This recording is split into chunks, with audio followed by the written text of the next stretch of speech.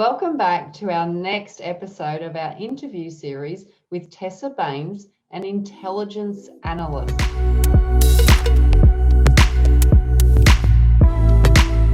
The intelligence cycle. I thought that was quite interesting. So there's 7 sections. Tasking, collection, evaluation, collation, analysis, which is what you mentioned before, inference development, and dissemination. So when I sort of read that initially, I could compare the process of auditing. I can see similarities with collecting evidence, evaluating against the criteria, reviewing whether the evidence is conforming or not, raising non-conformances or observations, and then providing all of this like in an audit report. Yeah. Is there anything specifically that you can see that auditors could take away from using or referring to that intelligence cycle? Yeah. So I'd say the value that Intel will add there is around how we interrogate information and understand the data, and kind of the depths of how we do the analysis will be really useful. And it's quite well explained if we use a bit of an example. So if I run you through how the Intel cycle might look. So if we start, a piece of quantitative police data is indicating that there's lots of burglaries happening in the town of Cambridge in the month of October. We've also received a piece of qualitative information from someone called Simon in October, and Simon told us that he knows that someone called Jane is committing a heap of burglaries. He saw her coming out of someone's house, and he's seen her selling items on Facebook that don't belong to her. So a police decision maker might see that increase, the data increase, and then he'd task an Intel analyst called Mary to go and find out why the burglaries in Cambridge are increasing. So that's that first step in the cycle around tasking. So Mary would then take that direction. She'll go out to collect information. So that's the next step. And that's the one that kind of aligns with the auditing cycle as well, around collecting information. So Mary would then go out and gather more quantitative information, and she would do that by drawing out the data on the number of burglaries that have happened in the last year, so October 2019 to October 2020. And that will kind of show her whether or not there's an actual increase over the last few months, or if it just kind of feels like there is. And she would also pull that same data for the last 3 years as well, because that'll help to tell her whether or not the increase is maybe seasonal, or if there's any other longer term trends to that. So that kind of talks to that strategic type intel that we talked about earlier. So from there, she would then gather her qualitative data in the form of things like recorded statements, so what Simon's told police. She might look at social media for Jane, who's the person that's been talked about. She might go and talk to other police officers that work in the area, or maybe have attended some of those burglaries, and that'll help to build her picture.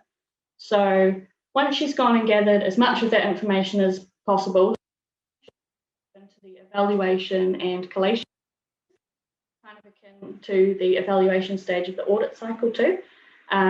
She'll start by evaluating each piece of qualitative information for reliability. And she starts with Simon's account.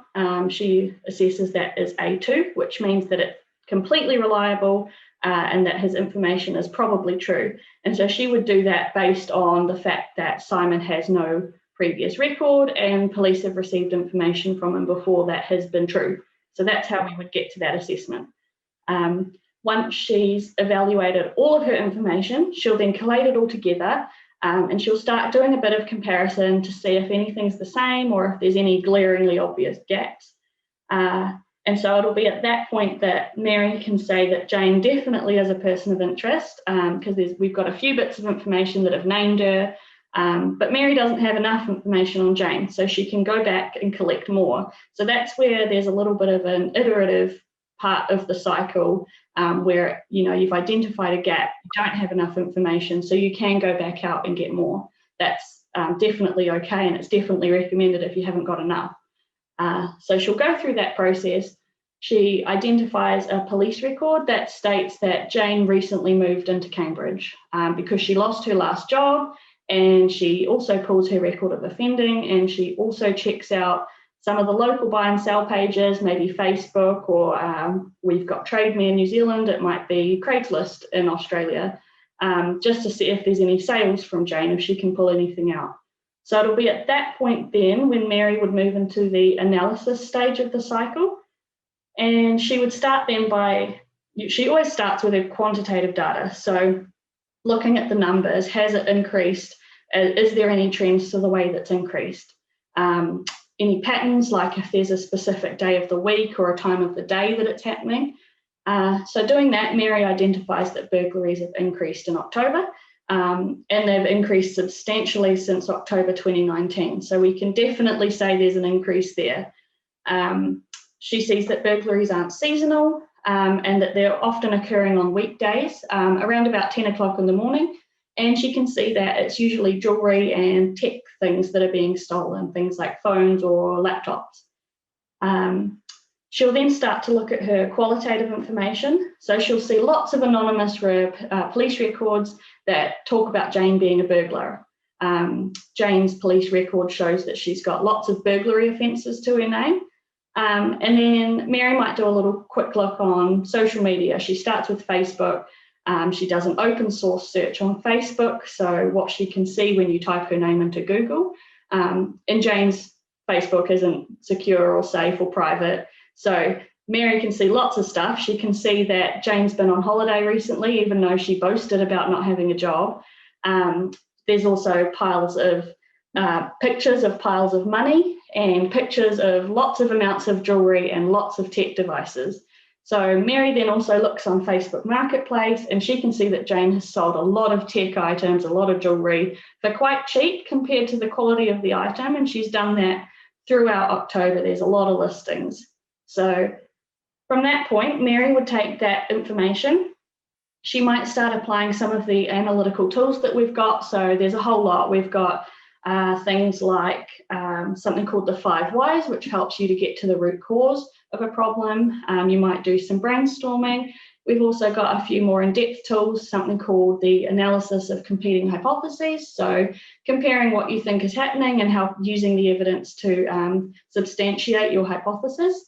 So she'd run through a few of those, and she concludes from that that the burglaries only started increasing when Jane moved into Cambridge, and she's matched heaps of the items, the stolen goods, with things that are being sold on Facebook, and she knows that Jane has a history of burglary.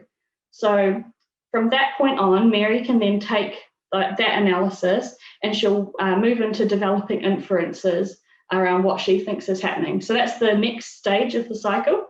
And she'll start by making some conclusions. So there's a few. Probably the first and biggest one would be that burglaries increased in Cambridge since Jane moved to the town, and Jane has a history of burglary. The next one might be that Jane doesn't work and that burglaries are mostly happening in the daytime and on weekdays, which Jane's got some availability at that time. And then the last one might be that Jane is selling a large volume of goods quite cheaply on Facebook, and it matches the things that have been stolen in the burglaries. So then once we've got those conclusions, we might start developing our inferences, and we do that by using probability statements. So certain words like it's almost certain, it's possible, it's unknown. So those are our sort of probability statement words that we would use. And in this case, we've got a few as well. So it's almost certain that Jane is responsible for the increase in burglaries in Cambridge. It's almost certain that she's selling the items stolen in the burglaries on Facebook, and it's possible she's using other buy and sell pages as well. It's almost certain that Jane is profiting from the sale of the goods, and it's possible that she's committing those burglaries on demand for other people. And then the last one might be, we don't know, it's unknown if Jane is committing those burglaries by herself or with someone else. And so then once you've got those inferences, Mary can move into the last stage of the intel cycle, which is collating all that information, collating her analysis and her inferences into a report, compiling a list of recommendations around what she thinks should be done to stop the burglaries, and then she'll send that report out to all the decision makers and whoever else might need to know. So hopefully running through that cycle kind of gives an idea of where there are those similarities between the auditing cycle and intel cycle. There's definitely similarities around the processes of gathering the information and around sort of collating some of it, but I think the Intel cycle demonstrates how you can go a little bit more in depth with some of that analysis and how you can use all those singular bits of information that we talked about that maybe on their own don't really mean much, but once you start putting them all together in a really big pile, it really starts to build that picture, and that's what you can then use to make your inferences. So it's not all based on solid data, but it is based on a lot of different pieces of fact, and you've got to put all those facts together in order to see that big picture. That was great. Jane's not real bright. No, you'd be surprised. It happens a lot. Like, gee, Jane, like, that was the first thing I thought of. But I like how you referred to 5 whys, like something so like simple and basic, but you know, you still refer to 5 whys. I think that's a great tool, and it's sort of one of the tools that they talk about more so in sort of like it's the diploma of quality. So, you know, just the tools that you can use to get to the root cause, essentially. And even though as auditors we're not responsible for that corrective action, we need to be aware of those tools that our clients should be using to determine the root cause, and 5 whys is one of them. Yeah, definitely. And I think if you're going back to re-audit someone or reassess them, it pays to know what those things are so that you can then make a point of looking out for them.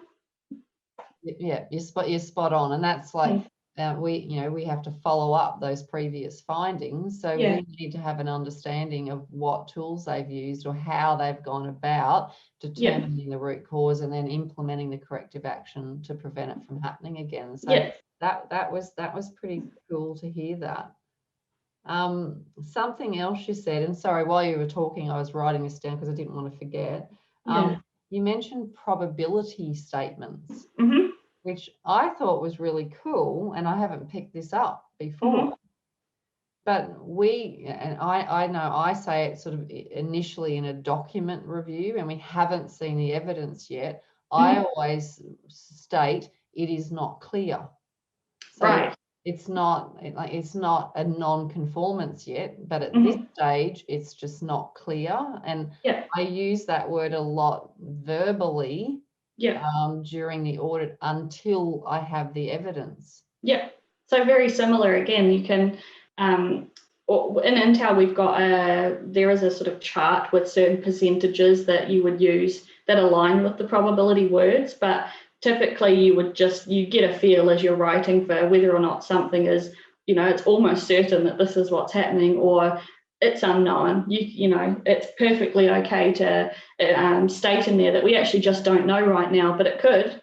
And so one of the things we try to do is to use those probability statements as a way of showing what's going to be maybe more serious or what we definitely know and could be actioned versus what we maybe think is going on, but we actually need to do a bit more digging, need to do more work, or we just don't have enough information to say so.